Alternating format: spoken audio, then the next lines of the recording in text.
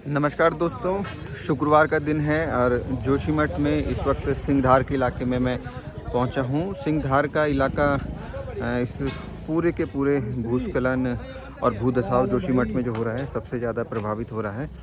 इस वक्त लोग अपने घरों से विस्थापित होने को यहाँ पर मजबूर हैं, अपने सामान को शिफ्ट कर रहे हैं।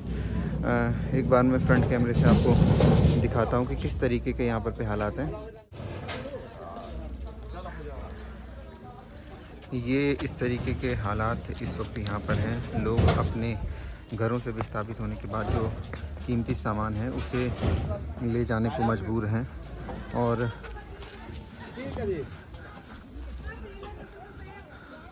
पूरा का पूरा ये सिंघधार का इलाका है। लगातार हम आपको हालात से रूबरू करा रहे हैं। सिंघधार के पास इस वक्त हम हैं और लोग यहाँ पे से विस्थापित होने को मजबूर हैं। पीड़ित परिवार भी इस वक्त हमारे साथ हैं। सबसे पहले तो आप अपना नाम बताइए। मेरा नाम प्रताप सिंह चौहान है। 61 years old now. Pratap Singh ji, घर कहाँ पर है आपका?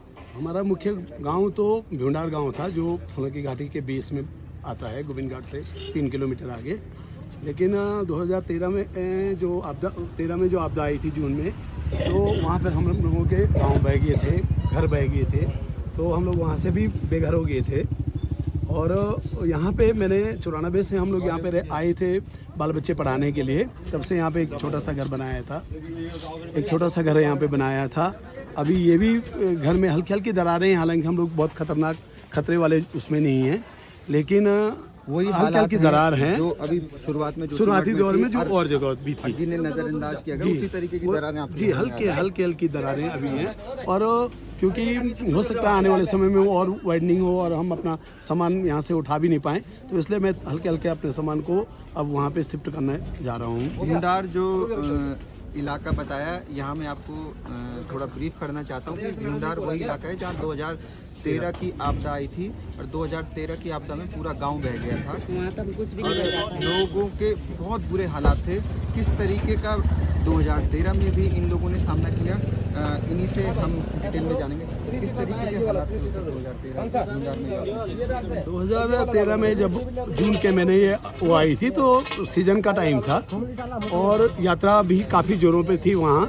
और अचानक 15-16 से जो बारिश हुई, उसके बाद 17-18 को हमारे भ्यूंडार गांव बह गया और नीचे पुलना गांव जो हमारा दूसरा मेन गांव था वो बह गया। हम लोग माँ बापों को घर पे छोड़ के थे और आर्मी ITBP द्वारा जो रस्सी के पुल बनाए गए थे, उन पुल से होके हम अपने घर पहुंचे थे। और पुलना से हमें फिर एयरलिफ्ट करके जोशीमठ ये शरणार्थी एक शिविर बनाए थे, जहां कुछ टेंट लगे थे, टेंटों में डाल दिया था। फिर 1 साल तक हम लोग यहाँ किराए में रहे थे। तो आप लोगों का रोजगार भी जो है वो आपका फूलों की घाटी से खत्म हो गया, हेमकुंड से चल रहा है ना, बहुत प्रभावित होता वो रोजगार। तो क्योंकि 2013 में जब ये आपदा आई, उसके बाद सारे लोगों को वहाँ से लिफ्ट करके जोशीमठ ला दिया गया था। फिर सितंबर 20-22 तारीख के आसपास दोबारा यात्रा खोली गई थी, लेकिन तब तक जब हम वहाँ पहुँचे तो हमारा सारा सामान बह चुका था, ख़त्म हो चुका था। और भी नहीं बचा पाए। और हम लोगों ने जो लोन कर्ज लिए थे बैंकों से, वो भी हमारे न तो माफ़ हुए, न बैंक ने वो किया। LIC इंश्योरेंस भी था, लेकिन इंश्योरेंस क्लेम भी हम नहीं ले पाए। रादर हम लोगों ने तो 2 साल तक इंश्योरेंस के लिए भी केस लड़ा और कंज्यूमर कोर्ट में डाला था, लेकिन हमें वहाँ भी कुछ नहीं मिला। बोला गया कि आपका ये नेचुरल क्लैमिटी है, हम इसको इंश्योरेंस कवर नहीं देते हैं। और 13 की कुछ नहीं आपदा दिया। की ऐसी कुछ यादें जो आज भी आपको जो हैं दहला देती हों अंदर से, क्योंकि उसी तरीके की कंडीशन ना आन पड़े, इस डर के चलते जो है मैं समझ पा रहा हूँ कि आप जो है थोड़ी इस समय जो अभी तुरंत अपने आप को सुरक्षित तौर पर शिफ्ट कर। जी 13 में तो सर हम लोग जब नीचे आए तो बड़ी घर में जैसे ही पहुँचे तो देखा माँ बाप चलो सुरक्षित हैं, मकान बह चुके हैं, कुछ भी नहीं था वहाँ। हमारी 2 मंजिला मकान थी, मकान के ऊपर तक नदी से बंद हो गया था। आज भी हम उसको अभी खोल नहीं पाए, वो रेता में ढका पड़ा है। हमारा तो बचपन वहाँ बीता था और यहाँ पे हम आए थे कि चलो अब कुछ सुरक्षित हैं, लेकिन जोशीमठ के हालात भी ऐसे हैं। हमारी स्कूल के दिन यहाँ याद हैं और काफ़ी नॉट ऑल गुड। जाहिर तौर पे बहुत ही भावुक ये सभी लोगों के लिए क्षण है। और लेकिन यहाँ पे जो मैसेज हम कन्वे करना चाहते हैं उस सरकार के लिए है, उस प्रशासन के लिए है जो 7 दिनों में अभी तक विस्थापन को लेकर के नीति स्पष्ट नहीं कर पाया है। किस तरीके से घरों को चिन्हीकृत किया जाना चाहिए वो स्थिति भी अभी तक क्लियर नहीं हो पाई है, जो कि बहुत ही दुर्भाग्य है। लगातार हालात जो है वो बद से बदतर होने पे लगे। हमारे यहाँ भी अभी कोई नहीं आया है। यहाँ हमारे यहाँ जोशीमठ में भी अभी कोई लोग नहीं आए हैं। और 1-2 बार हम लोग तहसील किए, वहाँ भी आपको अभी एप्लीकेशन दिखाई, उन्होंने कहा एप्लीकेशन की ज़रूरत नहीं, आएंगे वहाँ पे। नो डाउट पूरा प्रशासन वैसे लगा हुआ है और जो बहुत खतरनाक जगह है वहाँ पे लोग पहले जा रहे होंगे। हम लोगों को भी कोऑपरेट करना है, नो डाउट वही है ना। लेकिन अभी तक हम लोग को अभी गाड़ी जा रही है, इनको पैसा देना है, ये जो लेबर है इनको देना है, और ऐसे कम से कम 10 या 12 ट्रक यहाँ से सामान की जाएंगे। तो अभी तक वो कोई भी इस तरह से नहीं है। पर हम क्योंकि ये एक साथ में बड़ी आपदा आ गई है, 20,000 आदमियों को शिफ्ट करना बहुत थोड़ा इस तरह का काम है। इसके साथ साथ जो है पूरा इलाका बगल का चाय गांव है वो भी यहाँ उस समय विस्थापित होकर जी वो भी यहाँ उन लोग भी यहाँ रहे थे, वो भी किराए पर हैं यहाँ, जिनके विस्थापन को लेकर के भी स्थिति स्पष्ट नहीं हो पा रही है। आप लोग भूंडार के भी 2013 की आपदा के बाद से जोशीमठ में रह रहे हैं, तो बहुत विकट स्थिति है। लेकिन सीमांत इलाके की सुध लेने को लेकर अभी तक हमें तो नज़र नहीं आ रहा है कि कोई सुध लेने को तैयार है और कोई सुध भी ले रहा है। लेकिन अपने बूढ़े बुजुर्ग को रात में छतों में अकेले अकेले बैठ के रोते थे, तो अच्छा नहीं। इसी तरीके के तमाम हालात हम आगे भी देखने की कोशिश करेंगे कि आखिर किस तरीके से लोग इस आपदा की घड़ी में समय काटने को मजबूर हैं। लगातार हम आपको हालात से रूबरू करा रहे हैं। सिंघधार के पास इस वक्त हम हैं और लोग यहाँ पे से विस्थापित होने को मजबूर हैं। पीड़ित परिवार भी इस वक्त हमारे साथ हैं। सबसे पहले तो आप अपना नाम बताइए। मेरा नाम प्रताप सिंह चौहान है, 61 years old now. Pratap Singh ji, घर कहाँ पर है आपका?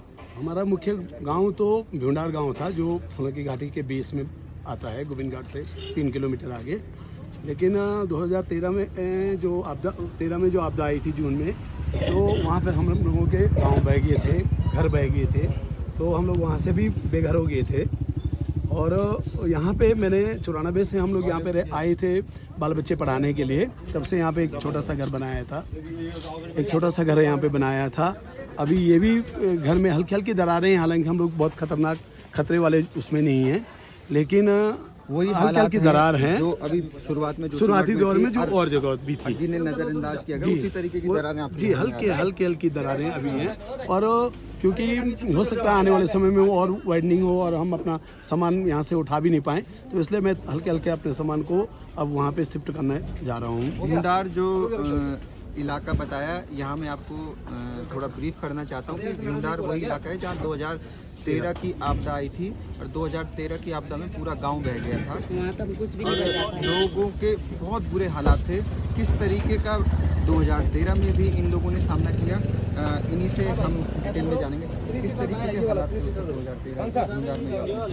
2013 में जब जून के महीने ये वो आई थी, तो सीजन का टाइम था और यात्रा भी काफ़ी जोरों पे थी वहाँ। और अचानक 15-16 से जो बारिश हुई, उसके बाद 17-18 को हमारे भूंडार गांव बह गया और नीचे पुलना गांव जो हमारा दूसरा मेन गांव था वो बह गया। हम लोग माँ बापों को घर पे छोड़ के थे और आर्मी ITBP द्वारा जो रस्सी के पुल बनाए गए थे, उन पुल से होके हम अपने घर पहुंचे थे। और पुलना से हमें फिर एयरलिफ्ट करके जोशीमठ ये शरणार्थी एक शिविर बनाए थे, जहां कुछ टेंट लगे थे, टेंटों में डाल दिया था। फिर 1 साल तक हम लोग यहाँ किराए में रहे थे। तो आप लोगों का रोजगार भी जो है वो आपका फूलों की घाटी से खत्म हो गया, हेमकुंड से चल रहा है ना, बहुत प्रभावित हुआ वो रोजगार। तो क्योंकि 2013 में जब ये आपदा आई, उसके बाद सारे लोगों को वहाँ से लिफ्ट करके जोशीमठ ला दिया गया था। फिर सितंबर 20-22 तारीख के आसपास दोबारा यात्रा खोली गई थी, लेकिन तब तक जब हम वहाँ पहुँचे तो हमारा सारा सामान बह चुका था, ख़त्म हो चुका था। और कुछ भी नहीं बचा पाए। और हम लोगों ने जो लोन कर्ज लिए थे बैंकों से, वो भी हमारे न तो माफ़ हुए, न बैंक ने वो किया। LIC इंश्योरेंस भी था, लेकिन इंश्योरेंस क्लेम भी हम नहीं ले पाए। रादर हम लोगों ने तो 2 साल तक इंश्योरेंस के लिए भी केस लड़ा और कंज्यूमर कोर्ट में डाला था, लेकिन हमें वहाँ भी कुछ नहीं मिला।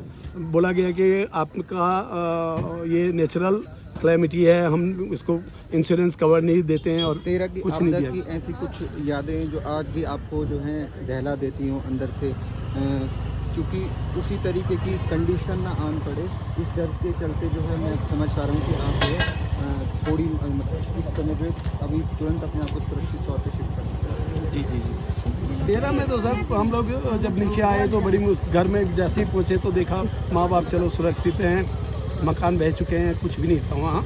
हमारी 2 मंजिला मकान थी, मकान के ऊपर तक नदी से बंद हो गया था। आज भी हम उसको अभी खोल नहीं पाए, वो रेता में ढका पड़ा है। हमारा तो बचपन वहाँ बीता था और यहाँ पे हम आए थे कि चलो अब कुछ सुरक्षित हैं, लेकिन जोशीमठ के हालात भी ऐसे हैं। हमारी स्कूल के दिन यहाँ याद हैं और काफ़ी नॉट ऑल गुड। जाहिर तौर पे बहुत ही भावुक ये सभी लोगों के लिए क्षण है, और लेकिन यहाँ पे जो मैसेज हम कन्वे करना चाहते हैं उस सरकार के लिए है, उस प्रशासन के लिए है जो 7 दिनों में अभी तक विस्थापन को लेकर के नीति स्पष्ट नहीं कर पाया है। किस तरीके से घरों को चिन्हीकृत किया जाना चाहिए वो स्थिति भी अभी तक क्लियर नहीं हो पाई है, जो कि बहुत ही दुर्भाग्य है। लगातार हालात जो है वो बद से बदतर होने पे लगे हमारे हुए यहाँ हैं। भी अभी कोई नहीं आया है यहाँ। हमारे यहाँ जोशीमठ में भी अभी कोई लोग नहीं आए हैं। और 1-2 बार हम लोग तहसील किए, वहाँ भी आपको अभी एप्लीकेशन दिखाई, उन्होंने कहा एप्लीकेशन की ज़रूरत नहीं, आएंगे वहाँ पे। नो डाउट पूरा प्रशासन वैसे लगा हुआ है और जो बहुत खतरनाक जगह है वहाँ पे लोग पहले जा रहे होंगे। हम लोगों को भी कोऑपरेट करना है, नो डाउट। वही है ना, लेकिन अभी तक हम लोग को अभी गाड़ी जा रही है, इनको पैसा देना है, ये जो लेबर है इनको देना है, और ऐसे कम से कम 10 या 12 ट्रक यहाँ से सामान के जाएंगे। तो अभी तक वो कोई भी इस तरह से नहीं है, पर हम क्योंकि ये एक साथ में बड़ी आपदा आ गई है, जो 20,000 आदमियों को शिफ्ट करना बहुत थोड़ा इस तरह का काम है। इसके साथ साथ जो है पूरा इलाका बगल का चाय गांव है वो भी यहाँ उस समय विस्थापित होकर के जी जी जी, वो भी यहाँ उन लोग वो भी यहाँ रहे थे। वो भी किराए पर हैं यहाँ, जिनके विस्थापन को लेकर के भी स्थिति स्पष्ट नहीं हो पा रही है। आप लोग भूंडार के भी 2013 की आपदा के बाद से जोशीमठ में रह रहे हैं, तो बहुत विकट स्थिति है, लेकिन सीमांत इलाके की सुध लेने को लेकर अभी तक हमें तो नज़र नहीं आ रहा है कि कोई सुध लेने को तैयार है और कोई सुध भी ले रहा है। तो अपने बूढ़े बुजुर्ग को और रात में छतों में अकेले अकेले बैठ के रोते थे, तो अच्छा नहीं। इसी तरीके के तमाम हालात हम आगे भी देखने की कोशिश करेंगे कि आखिर किस तरीके से लोग इस आपदा की घड़ी में समय काटने को मजबूर हैं।